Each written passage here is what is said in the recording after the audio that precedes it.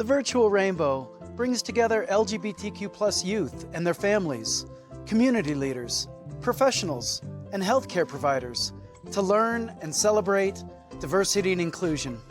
Thank you for joining, everyone, and welcome.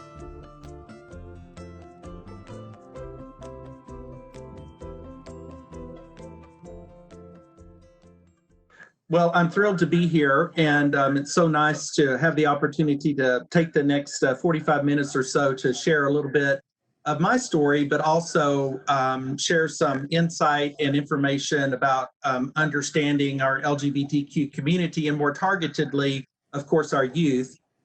My presentation, of course, is very 4-H centric, and so I'll come to you or bring forward things that would be with the mindset of any youth practitioner or youth development practitioner could use, but definitely with significant nods to the 4-H Youth Development Program.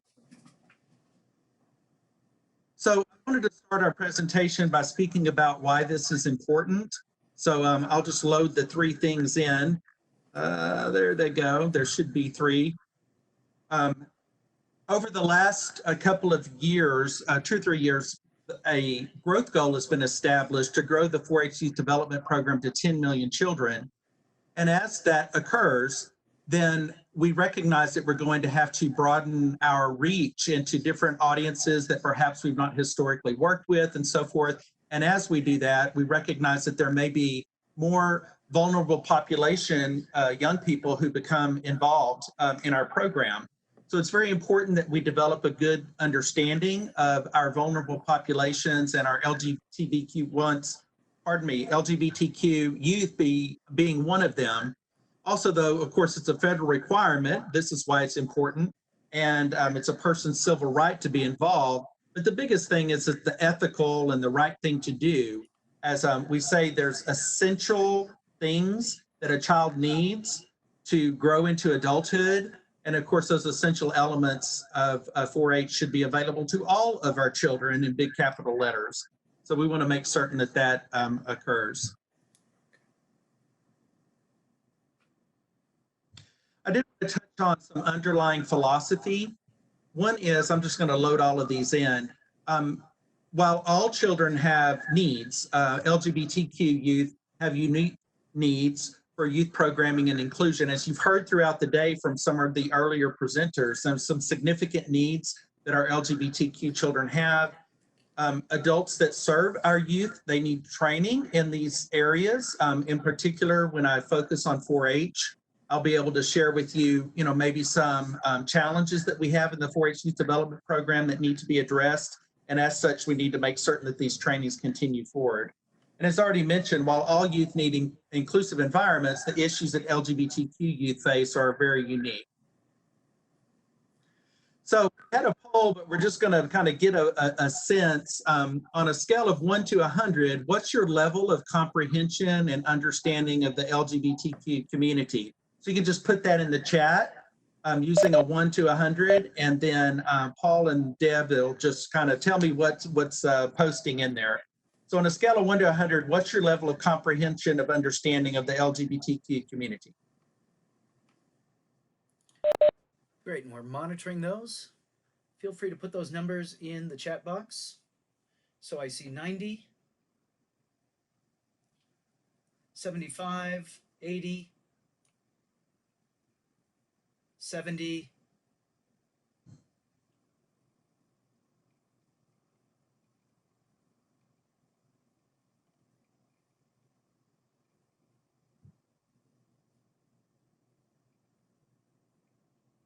'So Paul, we're probably good there.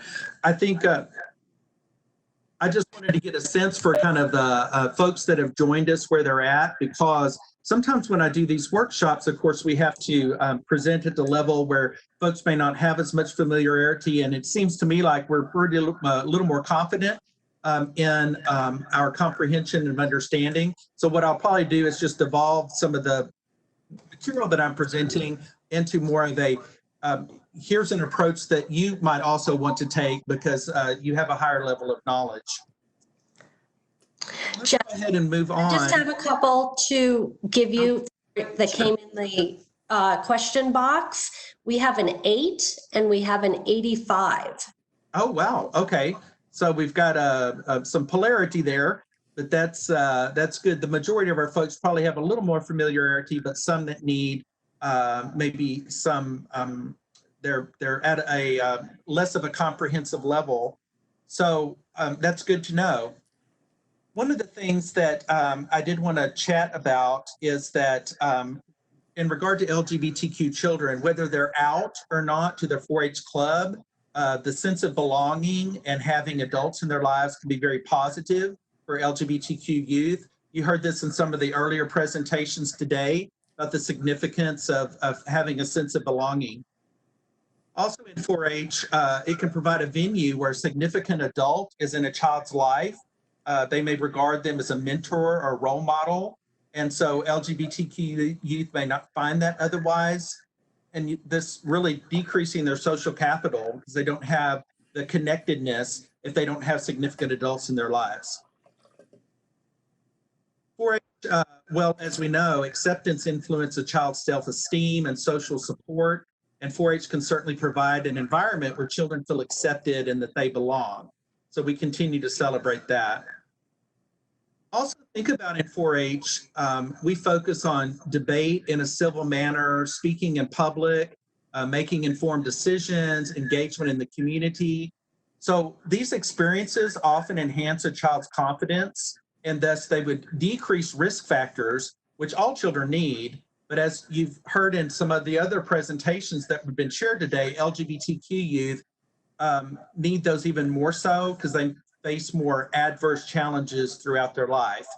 So 4-H can help to boost their confidence and so forth and be able to face some of the challenging situations that they may find themselves in.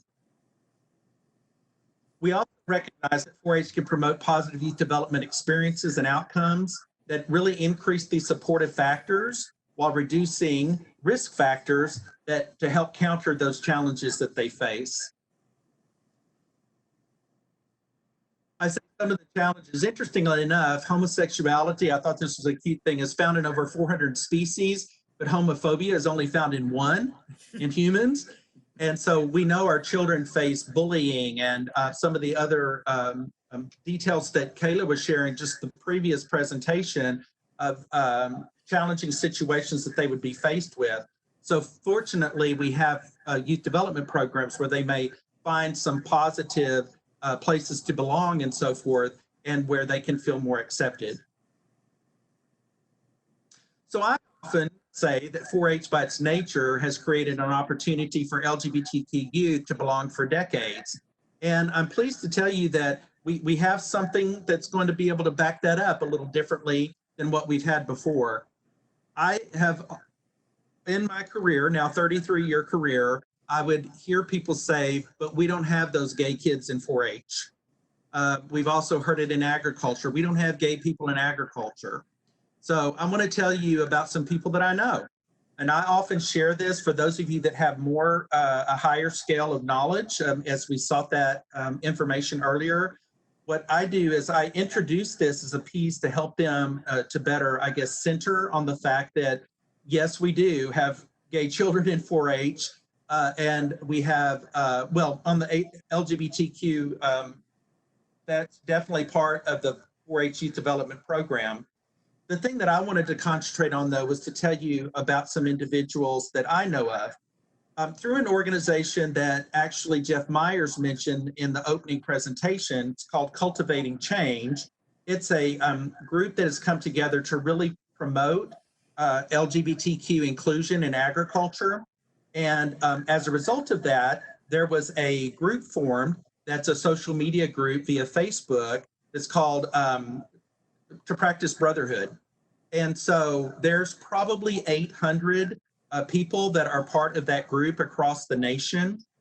And so we have county extension agents, there's ag science instructors through the FFA program, we have producers, we have elected officials, we have presidents of some of our state's farm bureaus. All of those folks are part of this particular group. The other thing that they all have in common is that they are all part of the well, they're all gay and they all happen to be male. But when you hear people say that we don't have those gay kids in 4-H, the social media group that I mentioned, the large number of individuals that are involved in that grew up in the 4-H program, and many of them were also in the FFA program. So I've often mentioned that, but I'm excited to share some hot off the press information that's just come of a recent study that was done where we can give you some information about what these folks that grew up in the 4-H program and happen to be gay have shared with us about their experience, and therefore would influence how we move the 4-H program forward. But before we do that, I mentioned this group and the involvement, or those that were involved in it, but I also happen to be a member of this group. And I have shared my story that 4-H is quite significant in my life and has been. This is my 9-year-old self. This is my first 4-H project, and I'm marketing it. That's the sale.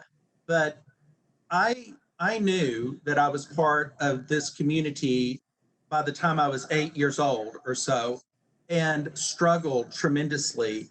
I came from a very conservative family, religiously conservative as well, and so it was a difficult situation for me to be in. I, tell the story about knowing that I was different than other boys, and I would at night just sit on my bed and curl up in the corner praying to God to fix me, because I based on what I heard among the folks that I was most around and so forth, I felt like this is wrong. I've got to fix myself. I can't be this way. And I would just cry myself to sleep many, many nights. And so I also felt like that my father didn't really like me.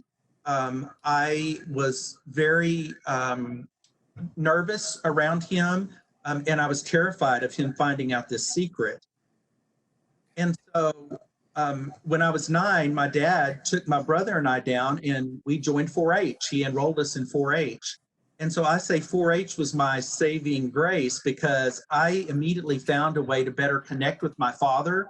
My dad went, we fed my projects together, we went to stock shows together. My mother was very involved as well. And so I found a venue or an opportunity to better connect with my father.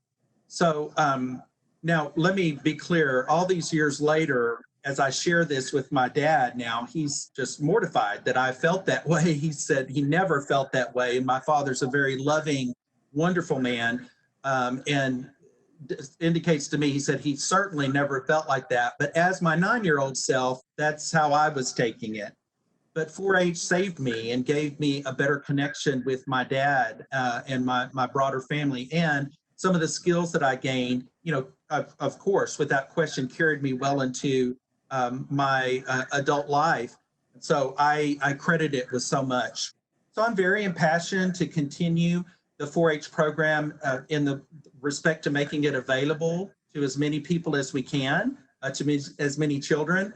And of course, since I have such a passion to work with LGBTQ youth, I would like for the program to become more inclusive and more welcoming to the community. So we recently have launched a study to, I often make anecdotal statements about what 4-H is or what it meant for me, but I'm thankful to have something to back that up now. So I want to move on and speak to that and share some recent information. There you go. So we've just completed, hot off the virtual press, I call it, a study that was called 4-H Experience of Gay Male Youth. It's a collaborative study with Dr. Teresa McCoy is my research partner on this. She's now at Ohio State University Extension. I think Teresa may be on the call or on the Zoom today. Not Zoom, goodness, listen how much I've been on Zoom, on our WebEx here with us. But I just wanted to touch on a couple of things about that study that relate back to my point earlier about 4-H has been a venue of opportunity over decades. So I mentioned there were a series of questions that were asked among members of a social media Facebook group that I mentioned that's connected to Cultivating Change. It was IRB approved. There was a peer-reviewed survey process. Dr. Catherine Soul, who spoke earlier today and will again, was part of that review process. And so we were able to improve the study and the survey instrument. Some other folks were involved in that as well. So we're just, as of today, we have 155 respondents. They all grew up in 4-H. Their questions focus on their experience as a gay child and how 4-H affected their upbringing, either positively or negatively. And our intent with that is that the results will be submitted for publishing and for youth workers and volunteer curriculum and fact sheets to be shared among them so that, again, we can continue to improve the 4-H program for our young people. Some of the things I wanted to just take a 30,000-foot view and share with you. Interestingly enough, of the respondents, 85% of them grew up in rural settings. So when you think about our children who need support that are part of the LGBTQ community and they live in a very rural setting, there may not be anywhere for them to get that support. And in some instances, 4-H is the only game in town. And so it's curious that of all those respondents, that many that grew up in rural settings.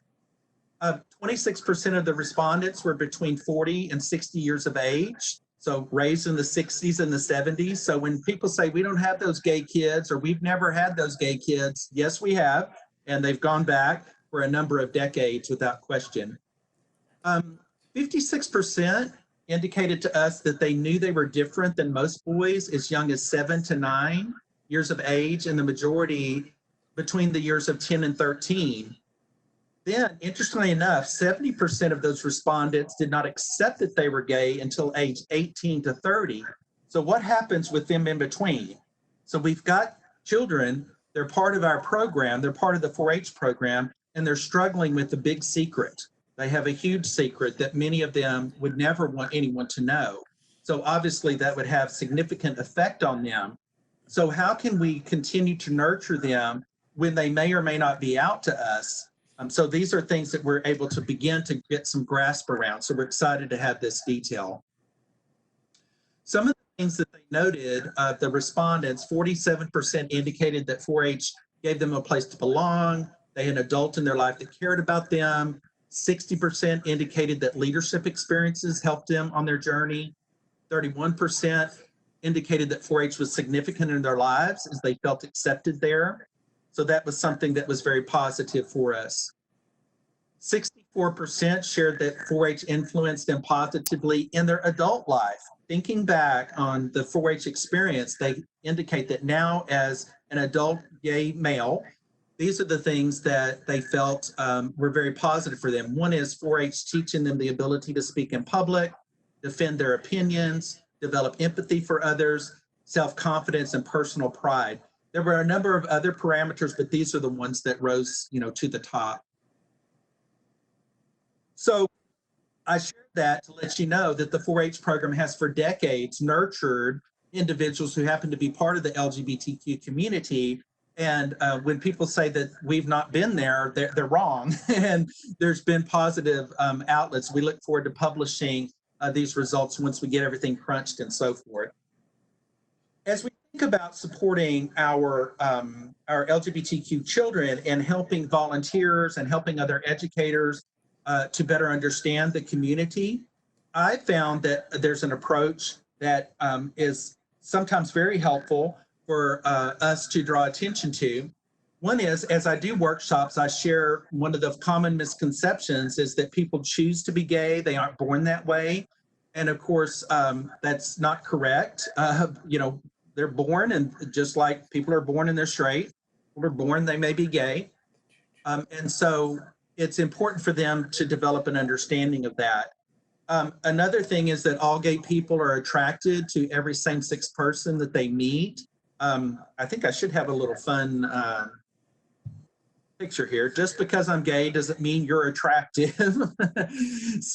But I am disappointed to tell you that there's some mindset, particularly arguments impacting volunteering, where just as this morning that as Jeff Meyer shared in his presentation about the concern that if in fact people knew that he were gay early in his extension career, that they would consider him to be perverted and so forth. And so volunteers are the same. People have argued in the past that we can't have gay volunteers in 4-H because they'll be attracted to the boys if they're male or attracted to the girls if they're female. And that argument is ridiculous, because if you truly believe that, then if they happen to be heterosexual or straight, that argument would be you could never have a male 4-H volunteer because that's straight, because they're attracted to every female. And it's just ridiculous, but it's a good way to help people to think as we present this. Jeff Myers is also famous for saying this, and I'll echo it: being gay is a lifestyle choice. That's a myth. You know, a lifestyle is that I have a beach condo, or I drive a Mercedes or something. It's not a lifestyle. Also, that youth will turn gay if they're around other gay people, and that people can be cured from being gay. And this is one that's particularly challenging and concerning. Conversion therapy, which is the phrase for often, it tends to be religiously focused. The camps where children are sent to de-gayify them. And what we know is conversion therapy does not work. It causes youth extraordinary mental anguish.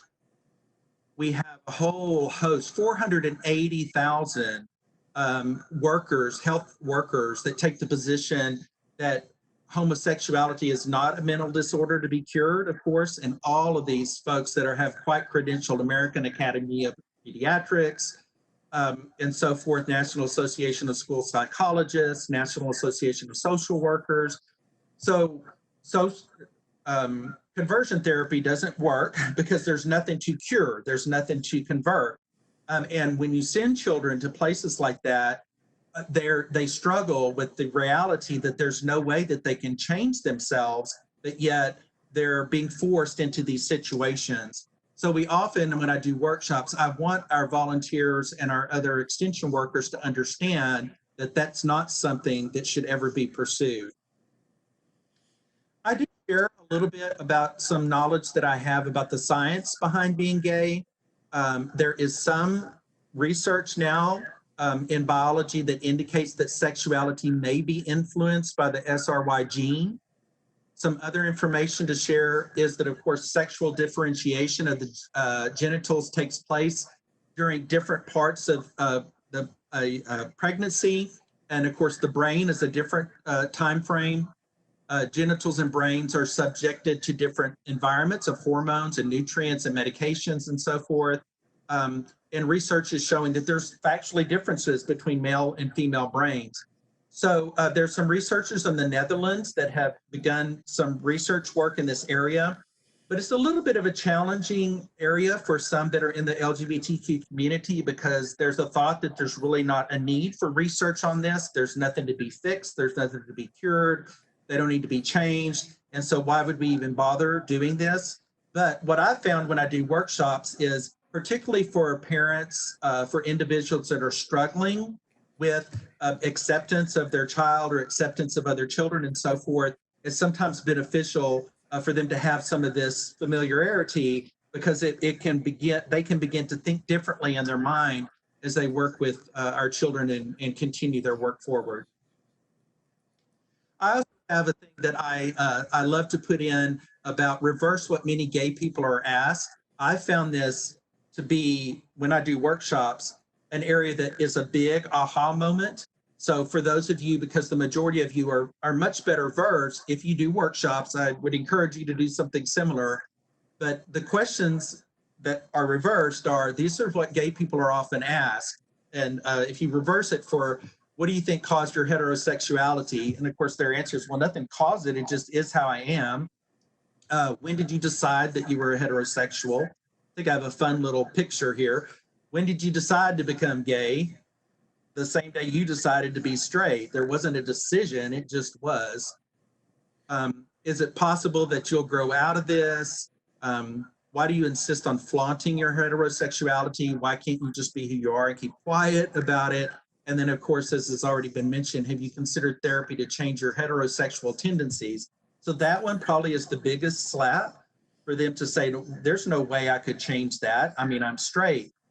Same with a child who happens to be part of the LGBTQ community. So I found this to be a really helpful approach as we work with volunteers and we work with parents and we work with youth practitioners to help them to think differently. So we're not really going to do a poll here because I think what I often ask is how many of you know a person who's part of the LGBTQ community? And when I do this poll, you'll have, an extraordinary number of people that say, I don't know anyone. There's no one in my community, or that's typically, I don't have anyone in my community that's LGBTQ. Well, the truth is, yeah, they do. They just may not know it. And one of the things that I often share is that LGBTQ individuals are part of all of our communities. They're at our churches, our schools, they're within our families. But because of societal pressure and the history of not being accepted, LGBTQ individuals often hide in plain sight because of fear of prejudice, harmful treatment. Many may marry an opposite sex individual to fit into mainstream society. And of course, you can imagine that could have profound implications on the health of the family. This is also known as living stealth. So this morning we heard Jeff Myers speak about growing up in a rural area, and he didn't know of anyone else that was gay. And of course, he offered during the presentation that, but again, they weren't out. He's sure they were there. He just didn't know of them.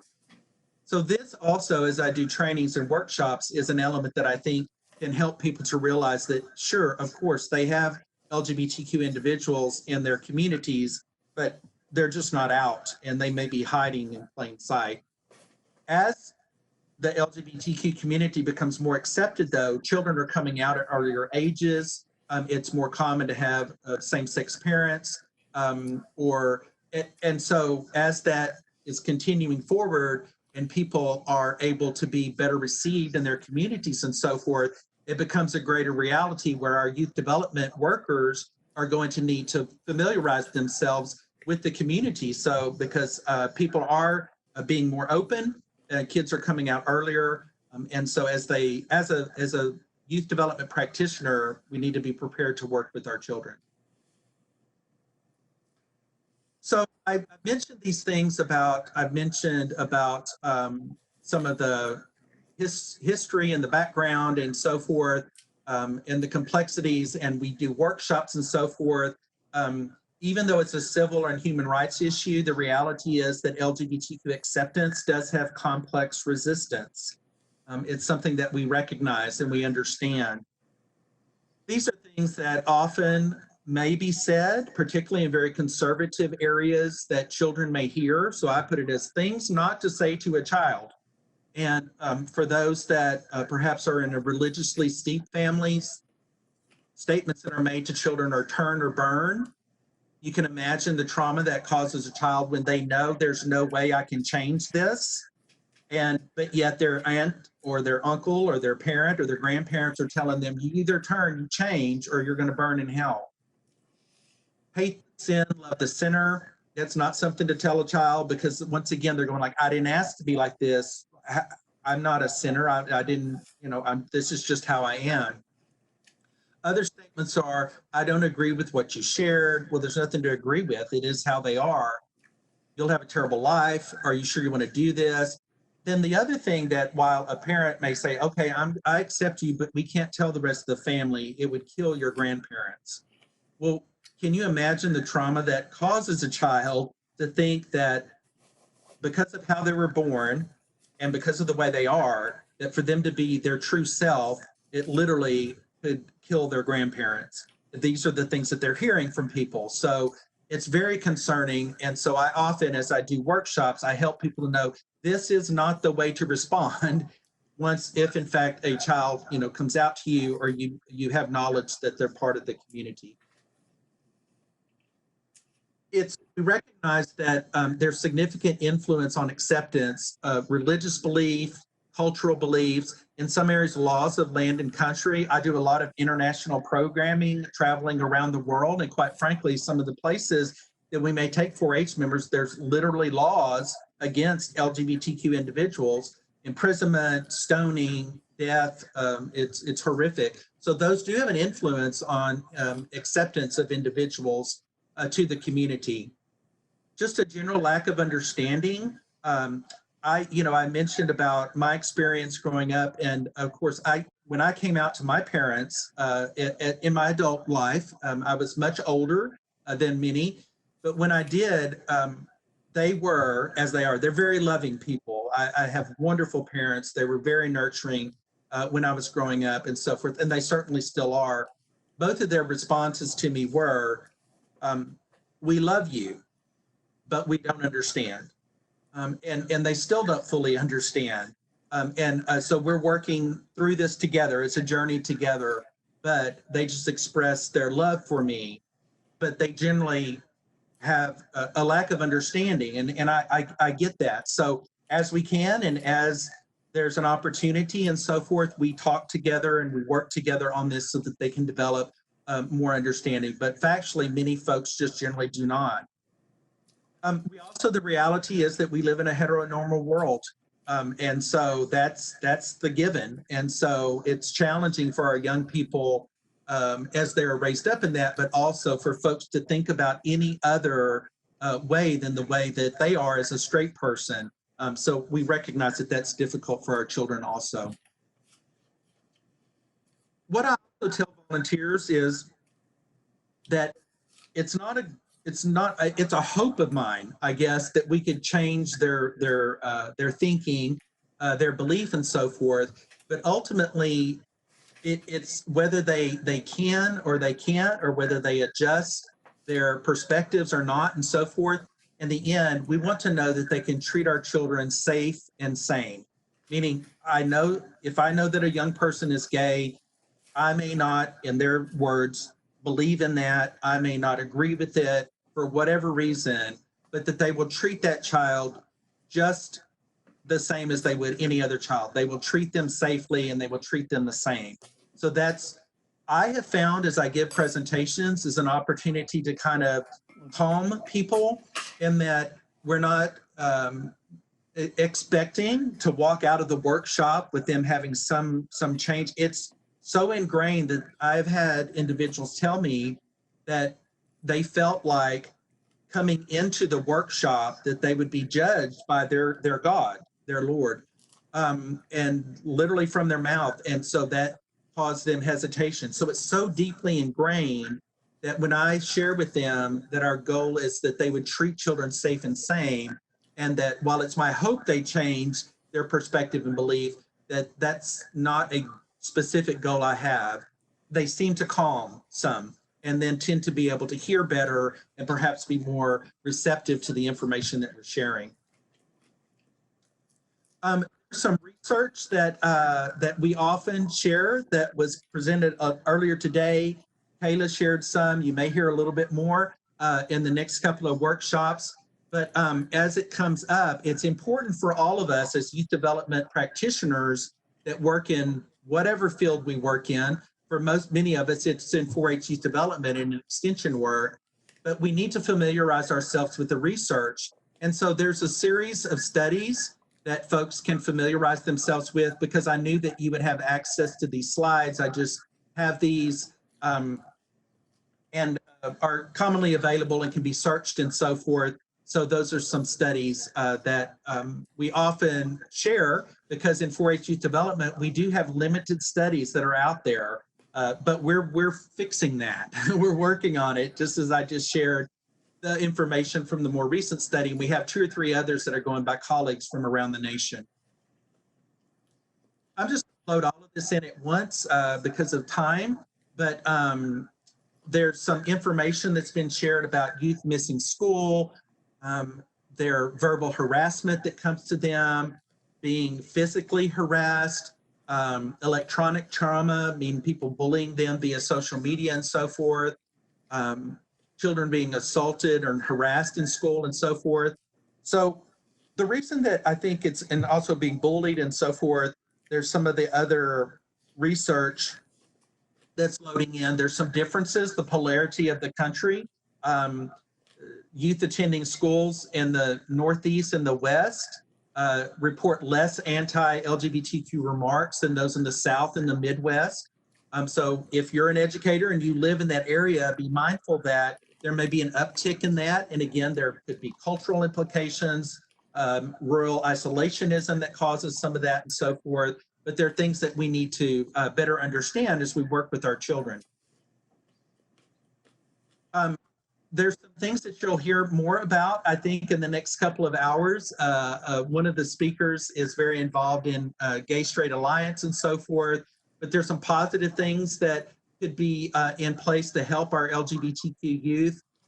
We celebrate that at least 97% of them from a study in 2016 could identify at least one staff member that's supportive of them at their school and so forth. Kayla mentioned earlier about safe space stickers and so forth and posters. So that's very important. And so we wanted to just touch on that because of time. I won't expand on each of those. Other concerning news, though, we know about children that may contemplate suicide because they feel such a level of despair, and particularly if they're expelled from their families. We speak about homelessness, the use of alcohol and drugs to try to numb the reality that they are faced with when their families reject them. And so the reason that I continue to draw attention to this, and this one in particular, 49% of LGBT youth say that they have an adult in their life that they could turn to for help, but compared to 79% of non-LGBT youth. And so back to our 4-H, what 4-H does for our kids, where our study showed that their majority of our respondents found 4-H to be a place that they felt they belonged, but also that there was a significant adult in their life who they believe viewed them positively. So this is very significant because an LGBT child might not find it anywhere else, but they can find it in 4-H. And of course, there's information about family acceptance and that influence on a child's self-esteem and so forth. And again, 4-H provide positive venues for young people to be well received and to gain life skills that would serve them well, just as our study demonstrated when our respondents mentioned how 4-H had helped them into their adult life.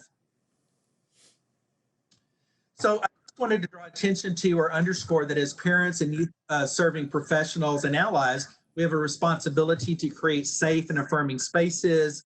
LGBTQ youth would be where they can thrive. And so the Human Rights Campaign speaks to this quite often. And so I celebrate some of the things that Kayla shared about how, as a youth development professional, we can demonstrate that. And so we have, kind of building on each other, layering information about how we can present ourselves so that our LGBT children feel that they can, that is an inclusive place that they can go and that they would be hopefully well received. So bottom line, 4-H can provide safe and nurturing environments where our LGBT youth can thrive. But the reality is we have to ask ourselves some tough questions and be prepared to act on those answers. And the reality is that while there's been an uptick of workshops and papers and studies and so forth, we do have people that work in 4-H that are anti-LGBTQ. We have families, volunteers, so we still have much work to do. And so the very thing that's happening here, this summit that's being put on, and folks that give workshops and publish items around it and so forth, are so that we can continue forward to make 4-H a more inclusive environment. And asking those tough questions of ourselves of where are we at with this, while again, we have people that are out, we have people that are open and so forth. We have many people that there's microaggressions and macroaggressions that are in place. And these are the folks that work in 4-H. And so that's something that we have to realize, acknowledge, and we've got to do better. And as we continue to move ourselves forward. So one of the things that as I speak about trying to do better, trying to familiarize ourselves to make certain that we're ready to work with our young people. And it really loops back to information that's already been shared with you. But this is just an opportunity to reiterate it, is that educate yourself. And so recognizing the majority of folks indicated that they were fairly well versed. This is probably not new, but these are some visuals that can be drawn on and can be used. We have an Access, Equity, and Belonging LGBTQ group that in 4-H youth development that does workshops all over the nation. And so these are materials that a number of our colleagues have provided and that we draw on and as we do our workshops.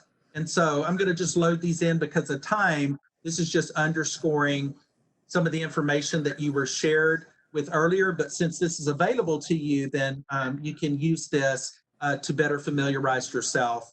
And so I want to devote the rest of the time to the wrap up here so that we can have an opportunity for questions and so forth.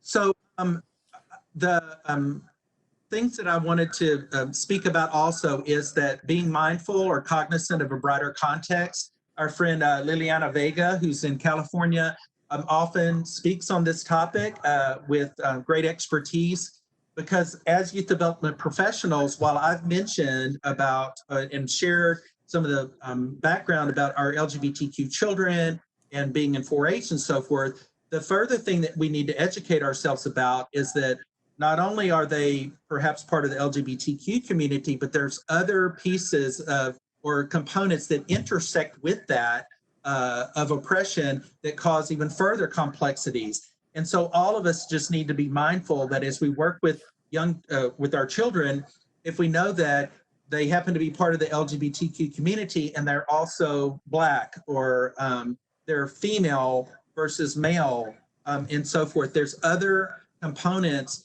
Maybe they're of Muslim faith versus Christian. And so again, in a community, particularly rural communities where the vast majority of people are Christian, if we have a child that's there that's gay and Muslim, and they have to also be Black, there's multiple things that intersect together. So as a youth development practitioner and professional, understanding this is something that's of extraordinary importance because it relates back to not only empathy, but how you can better support the child and help our volunteers to support them as well.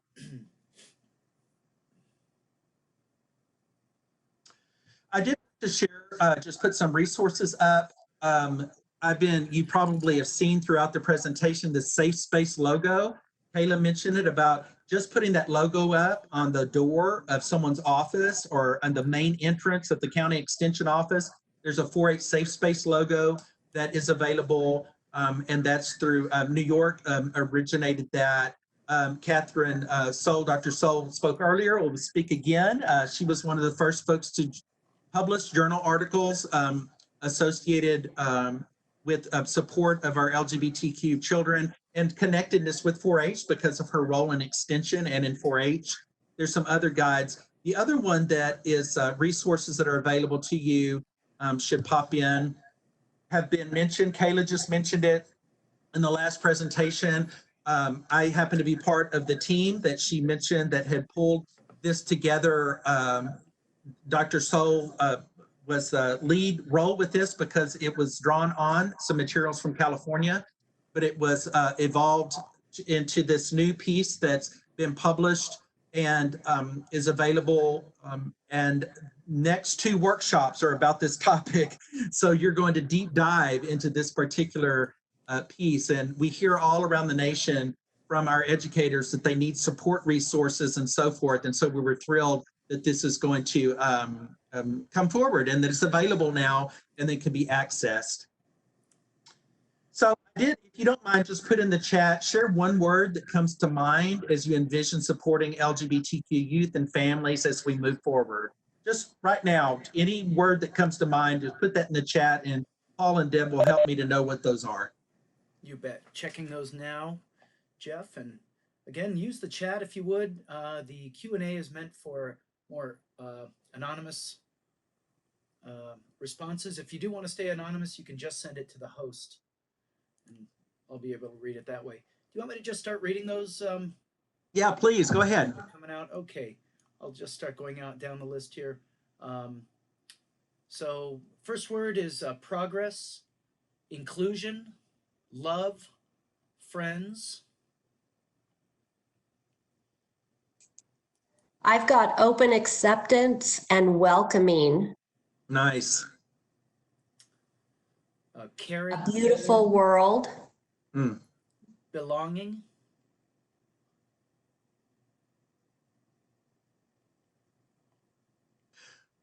Well, those are fantastic. And connected, connected, perfect. Yeah.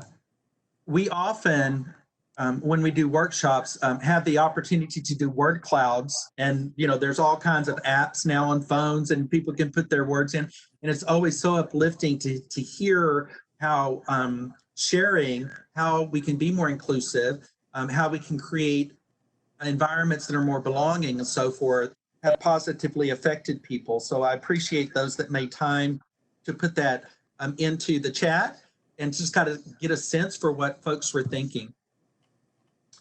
I did also want to let you know, I heard progress and I heard other encouraging and so forth things. This is what is Extension doing? We do have, I mentioned earlier about access, equity, and belonging national committee, and there's a number of champion groups. Many of us that are speaking today happen to be part of the LGBTQ plus youth one, but we have others as we think about our work and support of vulnerable populations. And then I always put as it's an evolving iterative list because people come in and people leave and so forth. But that's our champion group. You'll note a number of them are speaking either today or tomorrow, the next day, and so forth. And so this group comes together on behalf of 4-H, concentrates on the LGBTQ youth, support components, and I'm so thrilled that this group is evolving forward. Research studies, journal articles, curriculum, fact sheets, workshops at all of our national meetings, and so forth. And then I am pleased to be part of that particular group. Then I also put my email that you could copy down there. Also, we have to do teaching effectiveness as part of our scholarly work here within my university. So if you're willing to do a teaching effectiveness rating on me, feel free to email me at that address and I'm happy to send you a link and you can anonymously go in and do that.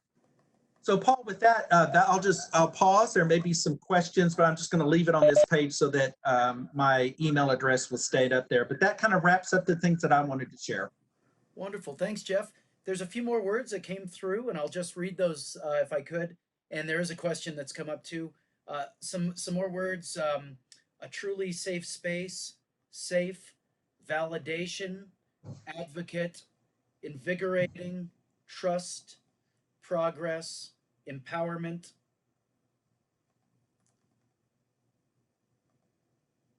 Love. So just wanted to share those with you. Yeah, thanks for that. That's a wonderful. Another question that came up, what was the name of the Facebook group that you mentioned? This was a while back, maybe earlier. Yeah, it's called To Practice Brotherhood. To Practice Brotherhood. Okay. Mm-hmm. Great. And we have a few minutes here before we switch to our next presentation. If you have any final questions for Jeff, feel free to type them in. Again, the chat box, you can chat your question to everyone if you choose, to all the participants, or the Q&A can be more private just to the presenter and to the host. So Jeff, any parting words while I'm looking, checking the chat and the Q&A? Well, my parting words are apologies. I guess I was thrown off quite a bit at the beginning. I regret that there was that stumble, but I appreciate everyone being nimble and supportive as we tried to sort that out. But it threw me off for a bit without question, but I think we got in the groove of it as we continued forward. So I appreciate everyone's patience with that. Well, thanks for your professionalism, and was really pretty minor adjustment there at the beginning, but what a wonderful presentation. Thank you for taking the time and sharing with us all of the personal and professional stories. Again, Jeff's email address is there. And Jeff, if with your permission, I'm not sure, we could talk offline if it's okay to share this as a PDF with our participants on our site down the road. Sure. Yep. We can sure do that. Jeff, I have one more question in the Q&A. You may have already answered this. I have been in and out multitasking. I am wondering if we could get the logos. So the Safe Spaces logo is available from New York State. So in my presentation, there's a link that was shared and that can access that. But the Cornell Extension 4-H program actually developed that and had that approved via 4-H National Headquarters.